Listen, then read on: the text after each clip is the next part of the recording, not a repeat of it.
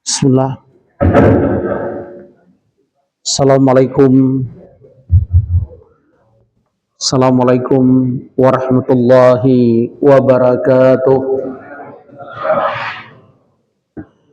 Alhamdulillahilladzi arsala rasulahu bil huda wa dinil haqq liyudhhirahu 'ala dini kullih wa kafa billahi syahida. Asyhadu an la ilaha illallah wahdahu la syarikalah wa asyhadu anna Muhammadan abduhu wa rasuluh. Amma ba'd. Ma'asyiral muslimin wal muslimat, ikhwani wa ikhwati fid din, jamaah salat maghrib Masjid Al-Falah rahimani wa rahimakumullah. Allah, seharusnya malam hari ini yang ngisi Ustaz Rafiuddin, saya memohon kepada beliau untuk tukaran jadwal bulan ini. Insya Allah pekan depan saya ada tugas dari PP Muhammadiyah Rakernas di Banjarmasin selama 4 hari dari hari Rabu sampai hari Ahad, dan dengan izin Allah beliau bersedia. Mungkin kepada penggemar Ustaz Rafiuddin, insya Allah pekan depan beliau akan mengisi. Kita lanjutkan bahasan kita bulan lalu tentang ungkapan dan penjelasan Rasulullah SAW, khairukum khairukum li ahlihi wa ana khairukum li ahli. Sebaik-baik kamu adalah mereka yang berbuat baik kepada keluarganya, dan aku adalah lebih baik dibanding kamu terhadap keluargaku. Artinya membangun rumah tangga, membina rumah tangga dan keluarga harus jadikan rumah tangga Rasulullah SAW sebagai role model.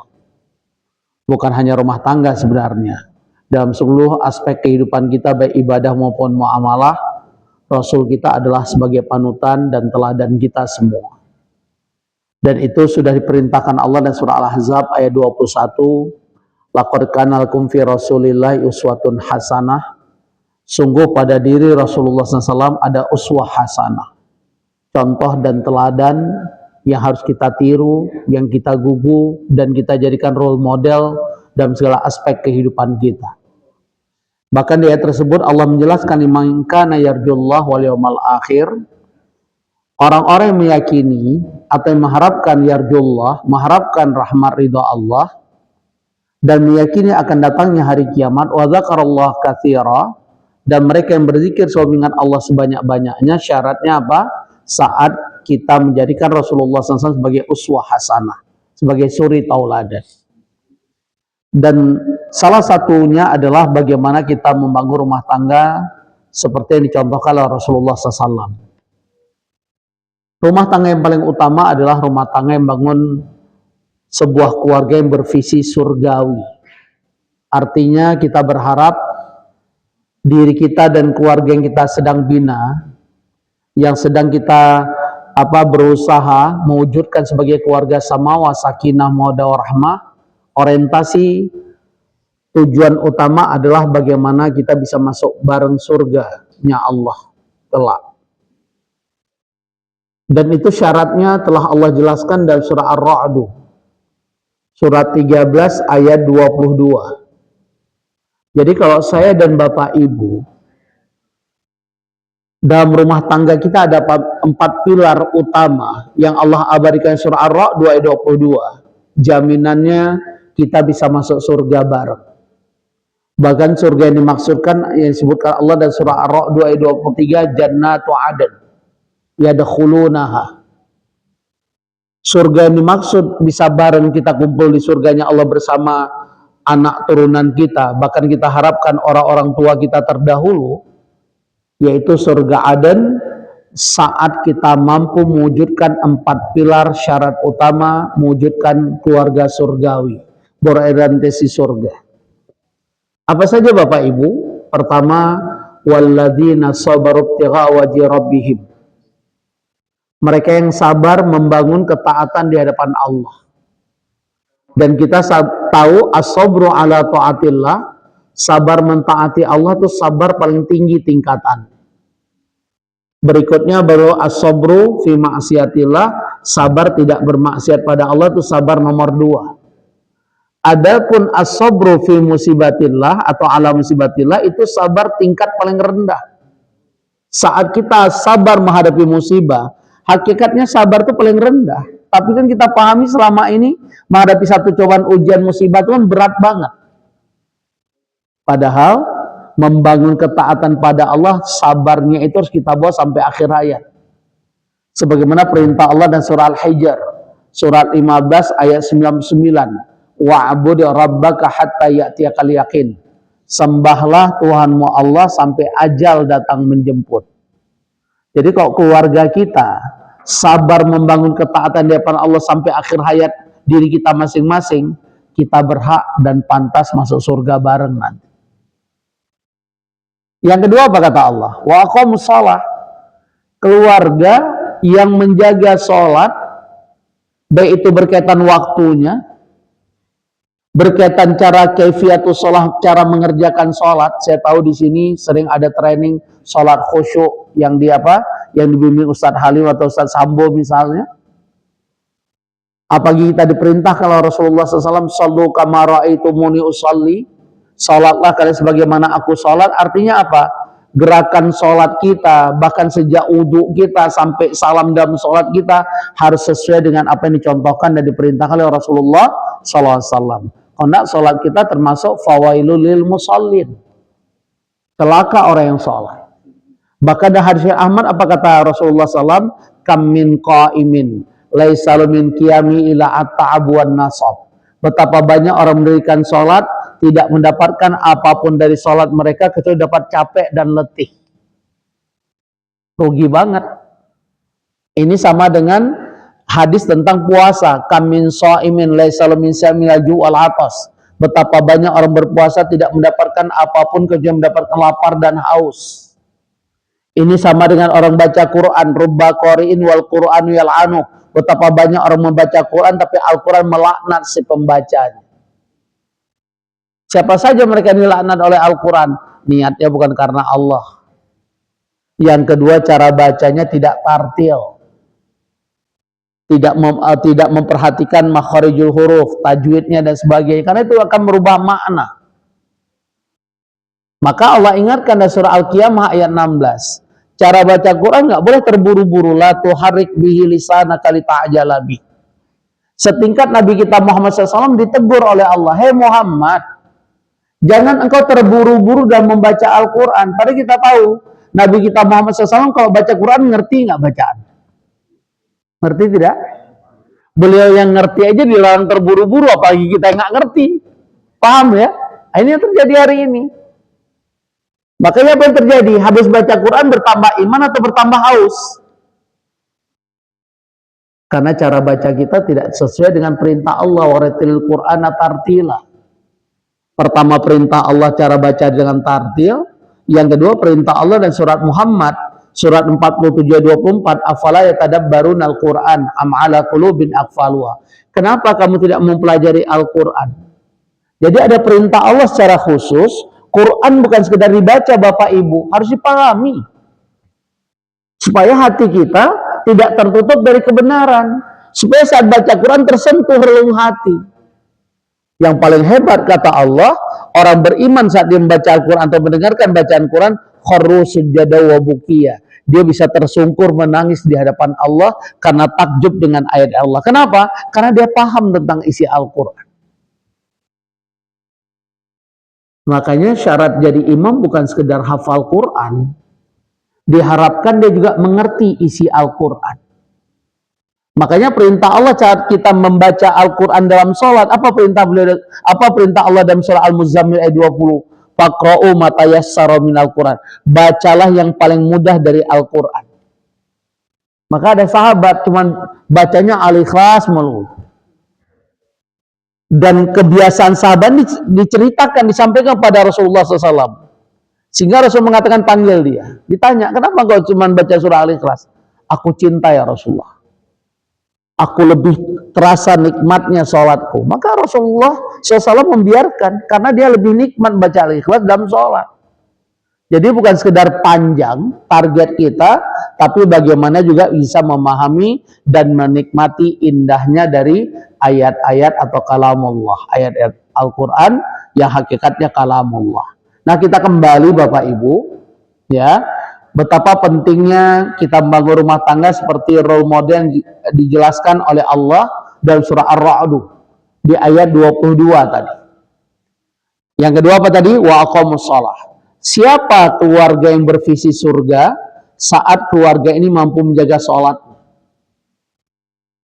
Yang ketiga, wa anfaqu mimma razaqnahum sirra wa alaniyah.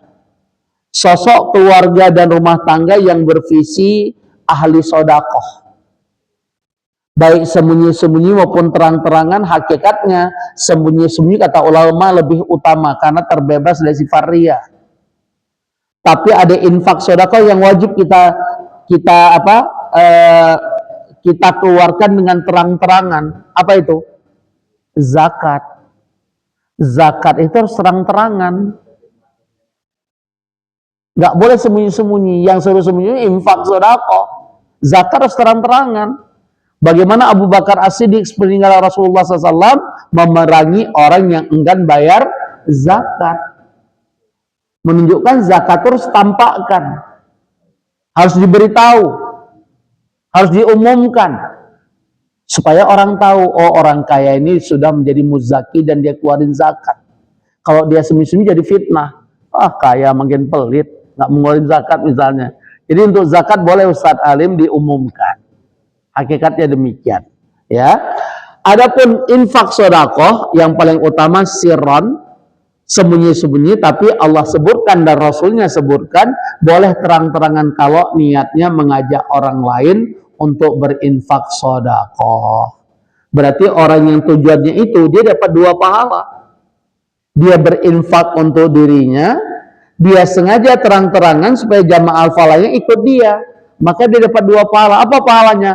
Man dalla ala khairin falahu ajru mithlu fa'ilihi. Barang siapa menunjukkan satu kebaikan, maka dia mendapatkan pahala dari orang yang ikut kebaikan tersebut karena mencontoh dia.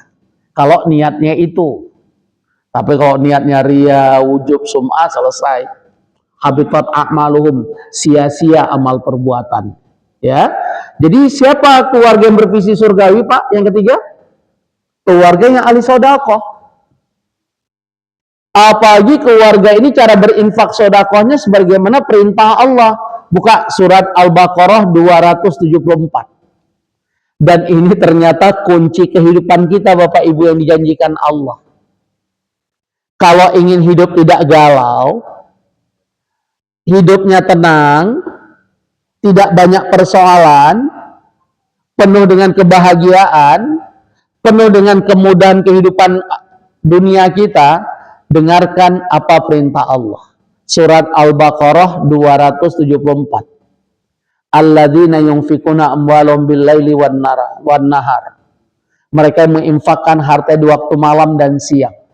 Sirra wa alaniyah. Kembali Allah ingatkan, infak itu boleh sembunyi-sembunyi lebih utama, tapi boleh juga terang-terangan kalau niatnya mengajak orang lain ikut berinfak seperti kita. Apa janji Allah dengan ini? Falahum ajrum inda rabbim. Dia mendapatkan ganjaran pahala di sisi Allah. Apa bentuk pahalanya? Serahkan pada Allah. Jangan pakai teori Ustadz Fulan. Doa, kalau bayarnya 10 juta, pasti doa ini makbul. Paham Ustadz Fulan yang saya maksud ya? Hari ini karena kena sariawan, netizen bilang, ustadznya sedang diazab. Hanya gara sariawan, bayangkan. Ya, sampai demikian. Ya, karena saya ngajari Masjid Darus Salam Kota Wisata, saya tahu kasus beliau. Banyak jamaah kita di sana tertipu miliaran. Bahkan sampai dia harus ngontrak. Padahal tadi tinggal di daerah kota wisata. Ya, na'udzubillah min dzalik. Ya, itu tanggung jawab Ustadz Fulan. Nah, artinya apa yang saya sampaikan? Apapun yang Allah perintahkan, serahkan pada Allah bentuk pahalanya. Allah Maha Tahu yang terbaik untuk hamba-hamba. Khabir. Karena Allah itu Maha teliti. Ya, hakikatnya demikian. Yang kedua, wala khaufun alaihim. Ini dia. Jadi yang masih cemas dengan hidupnya, bagaimana anak-anak saya, bagaimana kehidupan saya pas tua, nanti bla bla bla. Ini karena kurang sedekah nih orang. Orang Allah menjanjikan wala khaufun alaihim. Yang kedua, wala yahzanun. Kalau masih galau, masih suka sedih, masih suka apa, pasang status aku galau dan sebagainya, ketemu saudaranya mukanya muka proposal dan jeruk purut, ini kurang sodakoh nih sebenarnya. Karena kata Allah, walau yahzanun, orang ini nggak pernah bersedih hati dia. Bahkan yang menarik Bapak Ibu, ternyata ada satu ayat saat kita mengalami kesulitan hidup, win-win solution yang Allah tawarkan menarik. Bukan disuruh tahajud, bukan disuruh puasa banyak-banyak, bukan disuruh apa lagi? Apa kira-kira? Baca Quran sebanyak-banyaknya. Kira-kira jawabannya apa? Saat sulit, bagaimana keluar kesulitan hidup, apa yang Allah tawarkan? Bukan istighfar salah satunya. Tapi ini benar-benar cetoy lah, kata orang Jawa, terang benderang. Saat kita sulit, cara keluarnya dengan cara amal ini. Apa kira-kira? Yang tahu saya traktir makan malam. Bebas sih manapun. Kira-kira mana? Coba lihat surah At-Talaq. Surat 65 ayat 7. Surat 65, khususnya yang sedang galau dengan kehidupannya, coba perhatikan ayat ini. Bukan ayat ini dibakar, diminum ya, nggak ada urusannya. Ya, bukan apalagi disembur-sembur, emang jurik apa? Ya, pahami dan amalkan ayat dan buktikan. Dan Allah pasti maha benar. Liyunfik dzu sa'atin min sa'atih.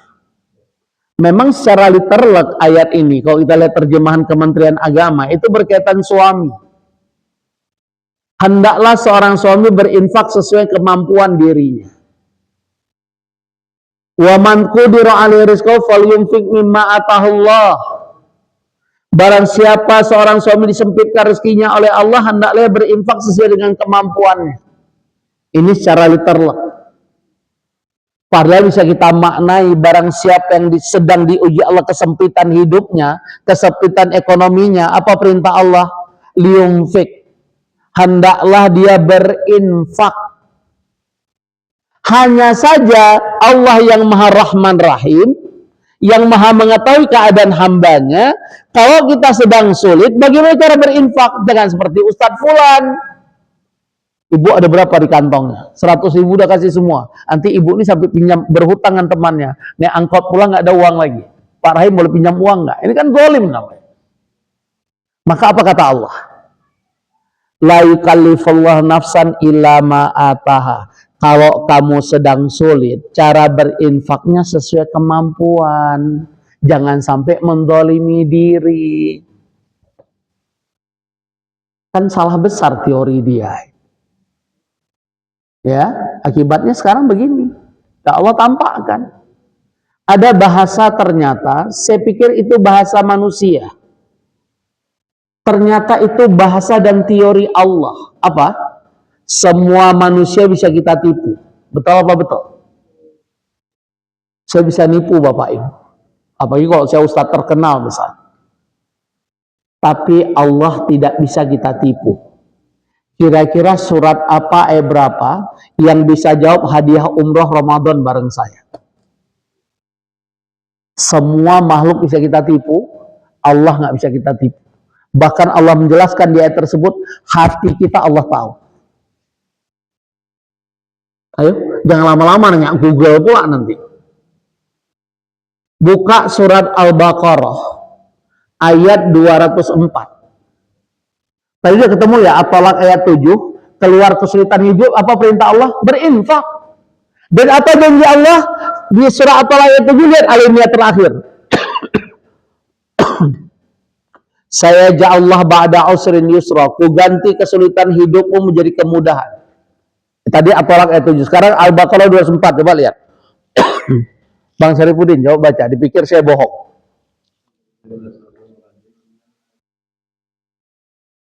Mayu jibuka.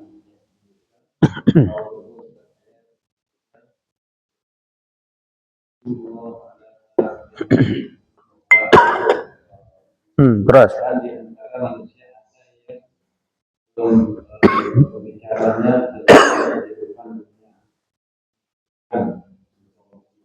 Nah, Ustadz Fulan di zaman kejayaan kan orang kagum. Betul nggak? dengan teori sodako testimoninya bla bla bla lah. Nah, terus dan dia bersaksi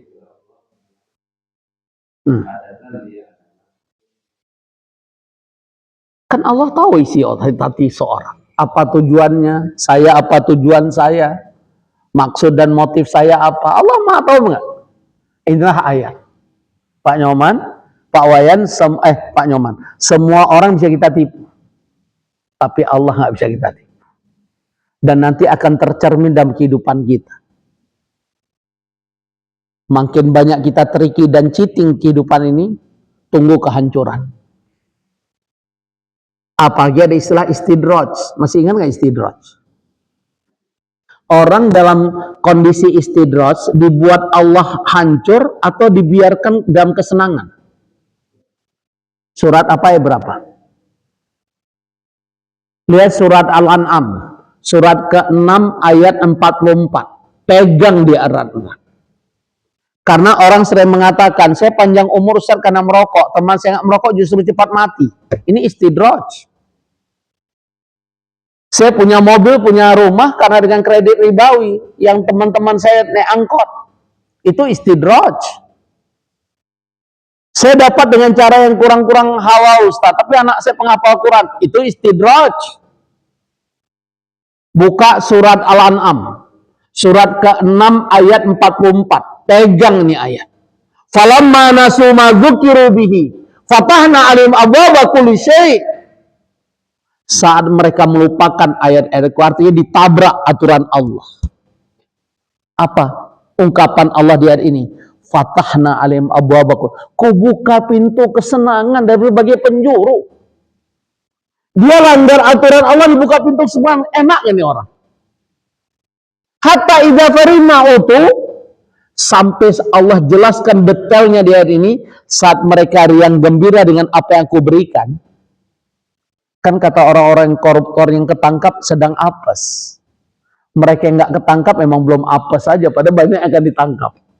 Sampai begitu istilah mereka. Kami yang ketangkap sedang apes saja. Ini dahsyat nih OTT KPK. Gubernur Riau baru ditangkap, kemarin Bupati Ponorogo OTT. Baca nggak? Padahal jujur Bupati Ponorogo baru saja menyambut kami regional meeting Muhammadiyah di Ponorogo. Karena salah satu masjid mereka itu memakmurkan, namanya Masjid Mukhlasin. Jadi kalau Ponorogo coba mampir. Hebat sekali itu masjid. Amal usahanya jalan, minimarketnya banyak. Punya bank. Ya, dari masjid semua. Jadi mereka punya moto, masjid apapun masalahnya, masjid solusinya. Masjid, dari masjid kita bangkit. Keren nggak? Jadi jamaah di sana yang terjebak pinjol bang, ini ketua DKM, masjid yang selesaikan. Keren nggak? Tapi amal usaha jalan. Kita minimarket jalan. Itu contoh demikian. Jadi itu tadi. Karena sudah bukan hanya makmur, tapi sudah memakmurkan. Sehingga warga sekitar Masjid Mukhlasin itu yang kami tetapkan insya Allah sebagai masjid terbaik Muhammadiyah tahun ini di Banjarmasin nanti tanggal 13 sampai 16, itu salah satu amal saya demikian. Jamaah yang terjebak pinjol, kurang modal, apapun, masjid sebagai sumber solusinya. Problem solvernya di masjid. Masya Allah itu. Nah, hatta idza farihu bima utu. Apa kata Allah? Akhadnahum baghtatan fa idzahum mublisun. Ku ambil kesenangan mereka serta merta, taunya ditangkap OTT KPK aja. Taunya anak yang tadi dibanggakan tiba-tiba kayak orang gila aja. Saya punya jamaah, sampai dia mohon pada saya, karena dia bilang tadinya Ustadz saya keluar negeri itu sepekan bisa 5 kali. Di puncak kejayaan saya itu saya cuci tangan bisa dengan wine-nya Perancis. Tapi Allah hancurkan saya Ustaz. Saya ngontrak. 2 anak saya alumni adik kelas Ustadz UIA, Malaysia. Master, Magister, S2. Tapi yang saya heran Ustadz, mereka nggak ada yang mau kerja. Semua di kamar, ngumpet. Dan bukan mereka yang salah Ustadz, saya yang salah. Memberi mereka dengan harta yang tidak halal. Sampai dia minta saya, dimanapun Ustadz cerita tentang riba, telepon saya memberi kesaksian, siap Ustadz. Maha benar Allah, yamhaqullahu riba. Kan Allah bersumpah dalam surah Al-Baqarah 276, ku hancurkan riba. Hati-hati. Apapun bentuk transaksi yang mengandung ribawi, hari tidak dihancurkan, tapi tunggu saat. Maka apa kata ahli tafsir atau yamhaqur riba? Allah menghancurkan orang pelaku ribawi nggak langsung. Karena arti yamhaqu itu seperti yamhaqul qamar. Bulan purnama itu kalau Allah hilangkan langsung hilang atau pelan-pelan? Gitulah cara Allah hancurkan perbuatan riba. Pelan-pelan Allah hancurkan. Wa'iyadzubillah. Maka keluarga ini adalah keluarga ahli sedekah, dia berinfak siang malam. Bukan hanya waktu subuh. Jadi berdasarkan ayat ini, kita yang berinfak hanya subuh kurang cerdas. Walaupun tidak salah, orang itu perintah Rasulullah SAW. Kalau kita berinfak di waktu pagi hari, kan ada doa malaikat. Allah setiap pagi mengutus 2 orang malaikat. Begitu kita berinfak pagi hari, apa doa malaikat pertama? Allah ma'ati munfiqan khalafan. Ya Allah ganti hartanya, berkahi hidupnya. Makanya pentingnya pagi hari. Bahkan diingatkan Rasulullah SAW, kalau sepanjang hari dari tadi kita bangun pagi, sampai nanti mau tidur malam nggak berinfak 1 rupiah pun, hati-hati dengan doa malaikat kedua. Allah ma'ati mumsikan talafan, hancurkan mereka menahan hartanya. Kira-kira doa malaikat dikabulkan oleh Allah tidak, Pak?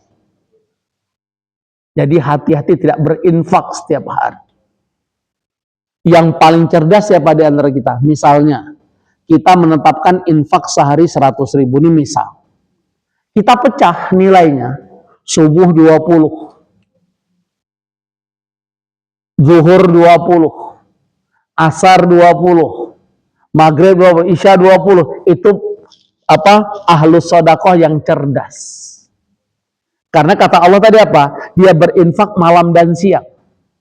Bukan siang malam, itu nama restoran Padang. Apalagi pagi sore. Ya, heran juga saya, pada pagi sore mahal banget, tapi orang antri. Hakikatnya demikian. Ya, pada infak sedekah mau perlu antri, kapanpun terbuka masjid, apalah 24 jam. Hakikatnya demikian. Nah, itulah keluarga bervisi surgawi. Dan yang keempat, ini sebenarnya kajian lama tentang family gathering in Adam Paradise. Yang keempat apa kata Allah? Syarat masuk surga bareng, wa yadra'una bil hasanati as-sayyi'ah. Keluarga yang menolak kemungkaran, kemaksiatan, kejahatan, futur jauh dengan Allah dengan amal soleh. Apa yang paling konkret? Keluarga tidak mengenal rokok, keluarga tidak mengenal musik, keluarga tidak mengenal televisi misalnya, karena mereka membangun visi surgawi.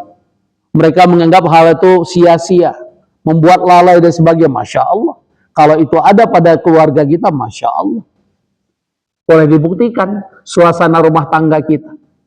Ustadz, nggak ada TV stres, itu kan karena kita kebiasaan. Orang dulu nggak pernah kenal TV, nggak pernah kita dengar. Pernah dengar nggak ada orang gila zaman Rasulullah SAW? Ya ada orang penyakit ayan, orang gila nggak pernah. Pernah dengar nggak penghafal Quran gila? Nggak ada. Yang gila itu main togel, judo, apalagi ya gitu kan. Nah, nunggu toke sukses, toke gagal, itu gila lama-lama. Wa'iyadzubillah. Nah, ini yang terjadi, ya.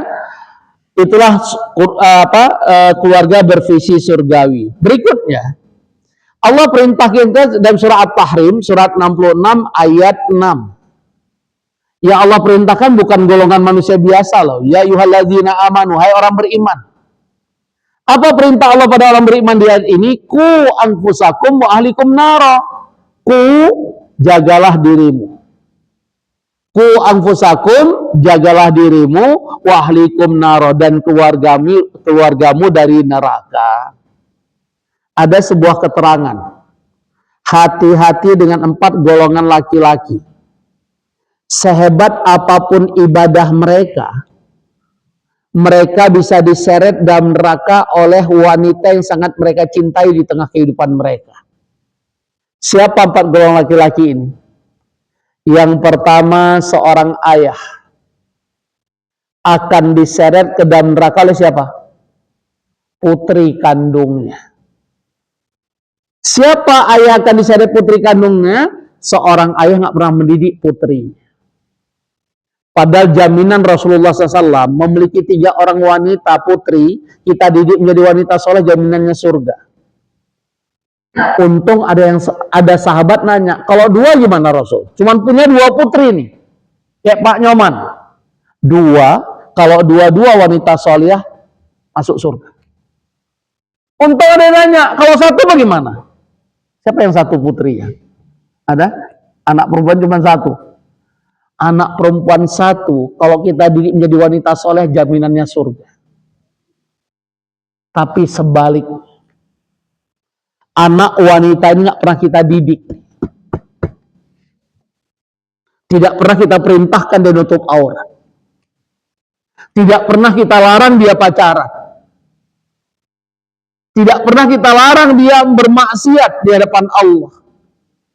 Maka sesoleh apapun ayah ini akan masuk neraka gara-gara putri. Tapi bagaimana Ustadz, saya sudah didik putri saya, tapi dia tidak mendapatkan petunjuk dan hidayah. Jawaban Allah percis seperti Allah menjelaskan tentang Nabi Lut dan Nabi Nuh dalam surat At-Tahrim, surat 66 di ayat 11. Allah menyatakan terhadap Nabi Lut dan Nabi Nuh, mereka, mohon maaf, bukan surat At-Tahrim. Oh iya, surat At-Tahrim ya. Nabi Nuh dan Nabi Lut dalam surat At-Tahrim ayat 11 kata Allah, min ibadina solihaini, 2 hamba kami yang soleh. Tidak pernah Allah katakan, hei Nuh dan Lut, kamu gagal di keluargamu. Tapi Allah jelaskan apa? 2 hamba kami yang soleh, adapun keluarga, anak dan istrinya, mereka menjadi penghuni neraka. Apa maksudnya? Selama kita berusaha mendidik putri kita, Allah akan melihat sejauh mana effort, ikhtiar, dan usaha kita siang malam.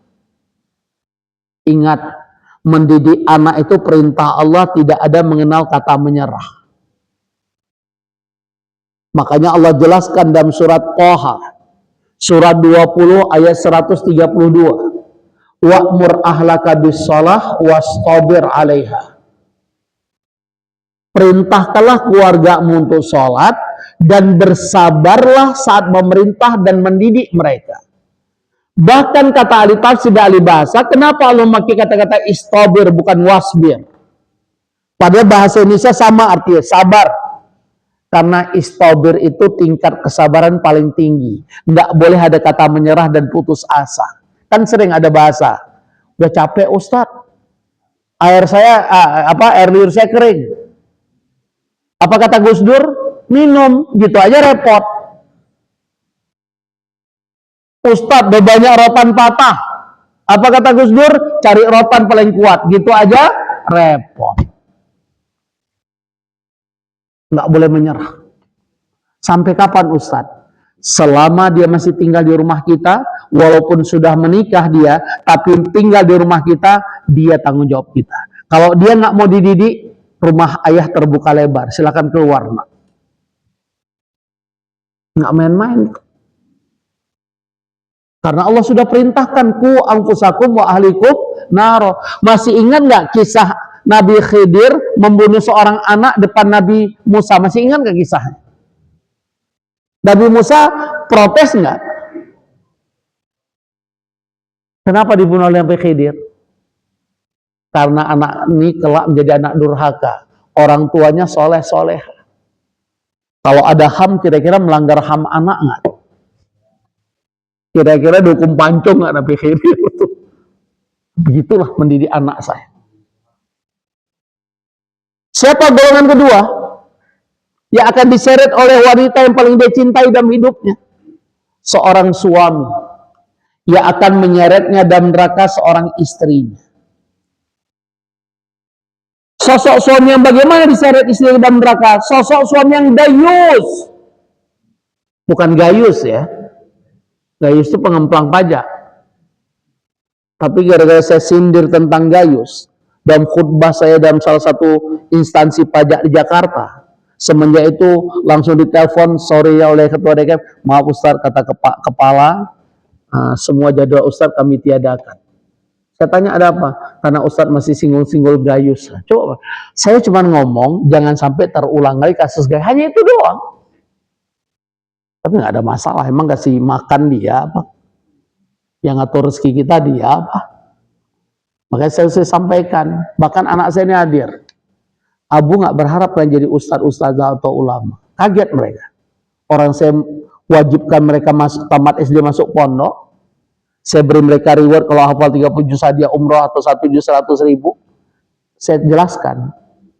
Ustadz itu amplopnya nggak seberapa, nerakanya iye. Betul apa betul? Hah? Siapa ustadz yang nerakanya iye? Yang kabur maktan. Yang nggak berani menyampaikan yang hak. Karena takut nggak diundang lagi. Pada Allah sudah ingatkan wala talbisul haqqa bil batil wa taqtimul haqqa wa antum ta'lamun. Jangan engkau campur adukan yang hak dengan yang batil. Masih ingat khutbah Jumat saya kemarin? MUI itu dibuat MUI tandingan loh, masalah PIK 2, masalah rokok. Masih ingat enggak khutbah saya kemarin? Kita diadu. Ulama bisa dia bagi yang awam-awam ini. Ini tergantung. Kalau penyakit wahan, cinta dunia takut mati. Wa'iyadzubillah.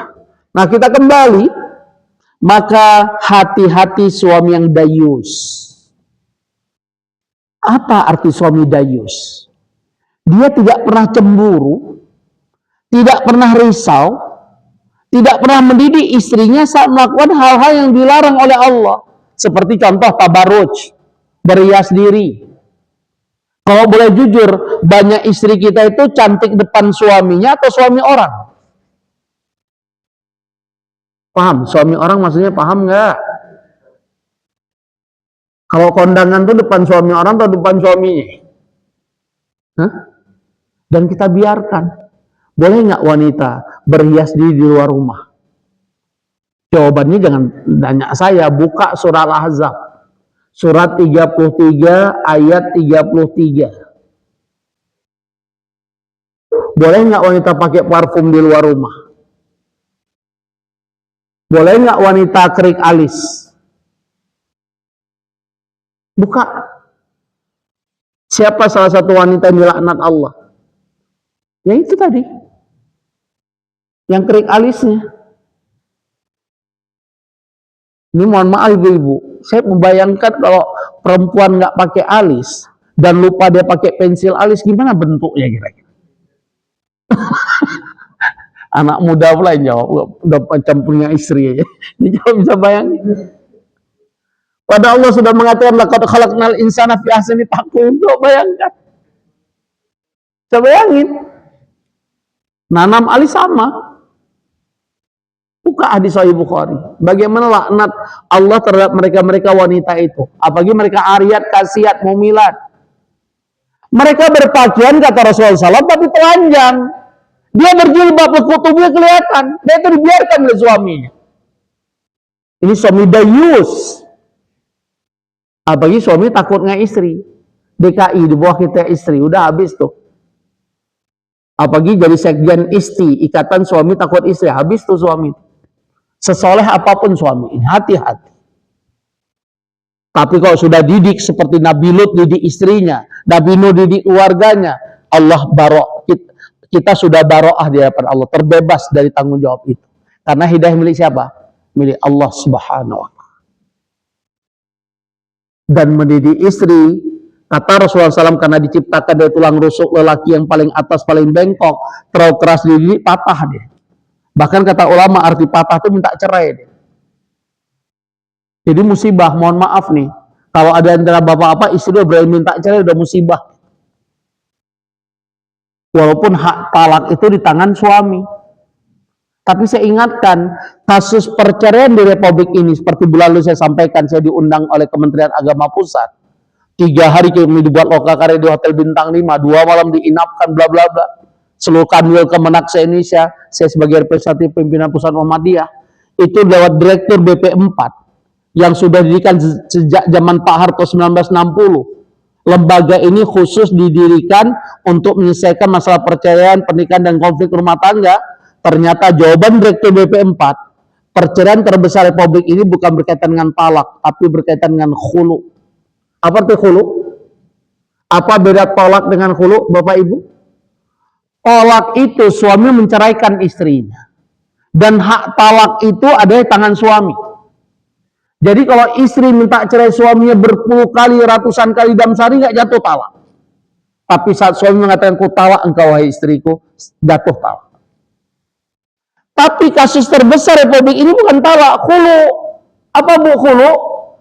Istri minta cerai pada suaminya, baik secara langsung dapat atau nggak dapat lewat pengadilan agama. Dan kasusnya paling besar. Perbandingannya 5:1. Khulu itu lebih banyak dibanding talak. Dan faktor paling utama kira-kira apa? Kira-kira apa? Wah, Pak Haji ini pengalamannya udah paham ekonomi.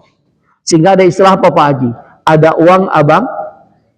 Nggak ada uang abang? Ush, hafal.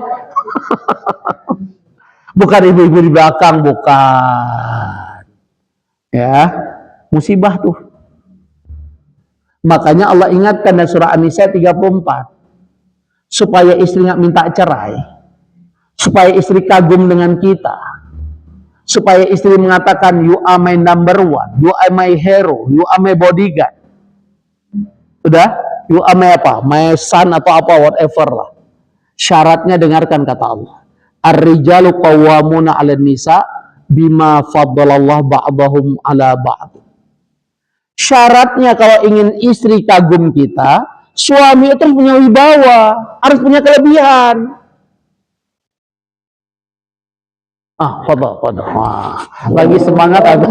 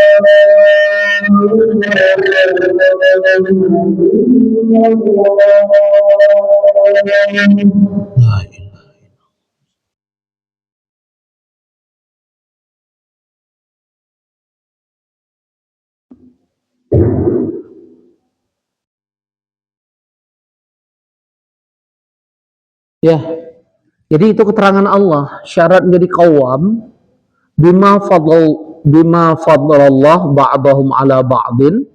Saat kita punya kelebihan dibanding istri kita dalam fisik, dalam keuangan, dalam ilmu agama, dalam segala hal. Jangan sampai kita di bawah istri, pasti diremehkan nanti. Wa bima anfaqum min amwalihim, bahkan perintah Allah, kenapa kita jadikan pemimpin? Selain syaratnya tadi, syarat berikutnya kita wajib memberi nafkah kepada istri. Bukan sebaliknya istri banting tulang. Pasti resisten rumah tangga. pasti anak-anaknya juga nggak akan hormat pada ayahnya. Karena ibunya sudah beri contoh nggak hormat. Jangan sampai ada istilah jenderal di luar, kopral di rumah. Paham maksudnya? Ini saya ngomong depan Menko apa, kan saya ngajar Menko Polhukam. Itu saya sebutkan. Bukan marah mereka sering ini Ustaz. Padahal yang nunjuk sama jenderal itu. Bayangkan, jadi candaan ujungnya.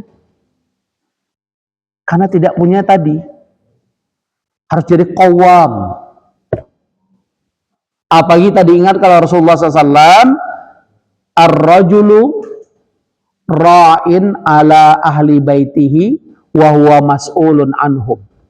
Seorang laki-laki pemimpin untuk rumah keluarganya dan dia nanti akan diminta pertanggungjawaban. Bagaimana kalau kita nggak menjadi sosok qawwam? Apalagi masuk kategori suami yang dayus. Wa'iyadzubillah. Yang ketiga siapa? Kira-kira yang akan menyeret dia dalam neraka, yaitu anak laki-laki yang nyeretnya ke dalam neraka ibu kandung. Saat ayah mereka sudah tidak ada. Apa maksudnya? Saat ibunya janda, ternyata jandanya janda yang nggak bisa menjaga kehormatan.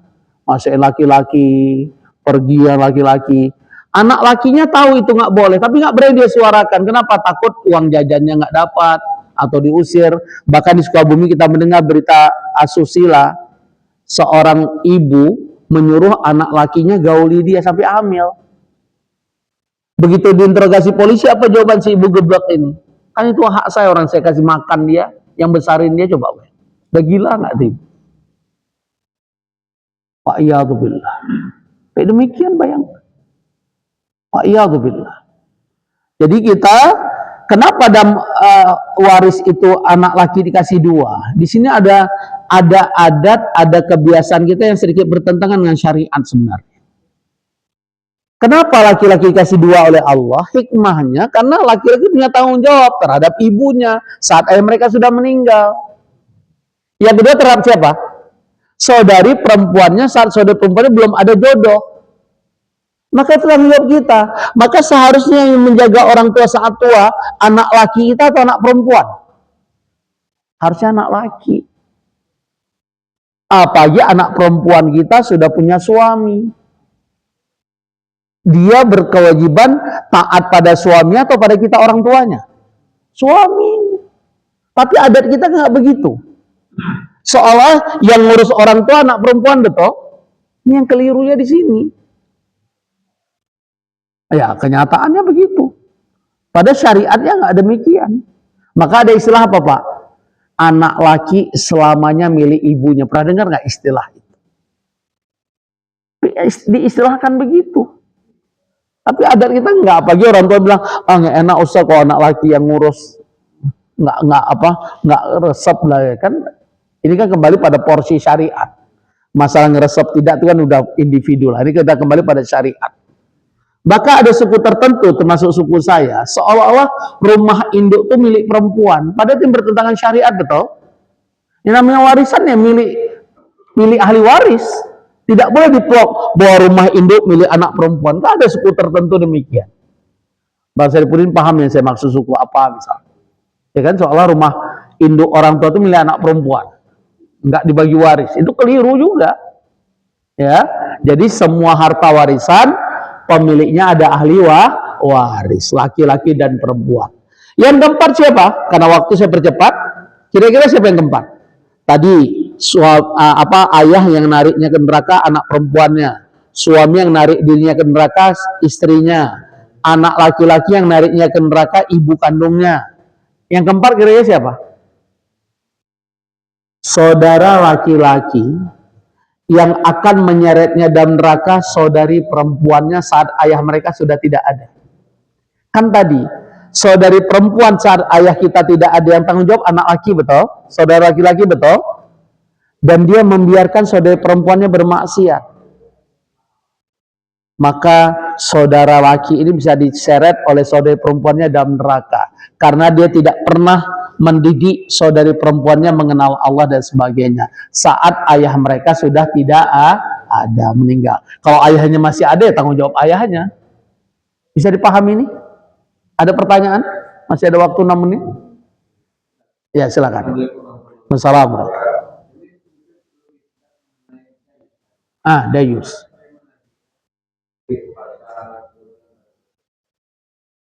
Ya. Assalamualaikum warahmatullahi wabarakatuh. Jadi suami dayus, dia tidak pernah cemburu, tidak pernah risau, tidak pernah merasa dia berdosa saat membiarkan pasangan hidupnya melakukan maksiat di depan Allah. Seperti tadi Allah larang wanita itu berhias diri di luar rumah. Buka surah Ahzab ayat 33. Wa qarna fi buyutihinna wala tabarusna tabarujal jahiliyatil ula. Hendaklah setiap wanita berdiam di rumah mereka masing-masing dan jangan mereka berhias diri seperti wanita jahiliyah dahulu. Jelas? Terus bagaimana larangan Rasulullah SAW terhadap wanita? Keluar rumah tidak boleh pakai wangi-wangian. Tidak boleh ikhtilat bercampur baur dengan laki-laki yang bukan mahramnya. Bagaimana dia cara berjalan, tingkat mumilat, berlenggak-lenggok, itu dilarang. Termasuk penghuni neraka, kawan. Termasuk cara dia ngikat rambut seperti punuk onta.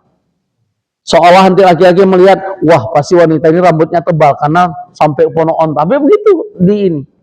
Atau dia berpakaian tapi ariat kasiat, dia berpakaian tapi telanjang. Apa artinya? Dia nutup aurat tapi lekuk-lekuknya kelihatan. Ini disebut dengan kasiat. Cara dia berjalan pokoknya lenggak-lenggok, memilat sehingga laki-laki terpesona. Nah, itu penghuni neraka.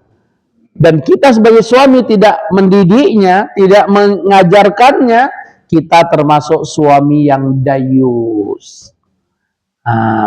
Bagaimana nanti saya kasihlah bahasan khusus nih, waktunya nggak cukup tentang dayus. Insya Allah nanti saya kasih tentang bagaimana tentang sosok lelaki yang dayus terhadap istrinya atau terhadap anak perempuannya. Wa'iyadzubillah. Cukup ya? Ada waktu kita? Masih ada pertanyaan? 4 menit? Nggak ada? Kita akhiri. Tapi kita belum selesai bab ini, Ustadz Halim khususnya. Dan nih, kita belum ketemu role model bagaimana rumah tangga Rasulullah SAW. Baru kita bahas rumah tangga bervisi surgawi dan rumah tangga yang menghindar diri dan keluarga dari adab neraka. Adapun bagaimana model rumah tangga Rasulullah SAW dan bagaimana romantismenya rumah tangga beliau, insya Allah kita bahas pada pertemuan berikutnya. Insya Allah. Fastabiqul khairat, nasrullah fatun qarib, wa basyiril mu'minin. Kita tutup dengan doa kafarat majlis. Subhanakallahumma bihamdika, asyhadu an la ilaha illa anta, astaghfiruka wa atubu ilaik. Astaghfirullah wa atubu ilaik. Assalamualaikum warahmatullahi wabarakatuh.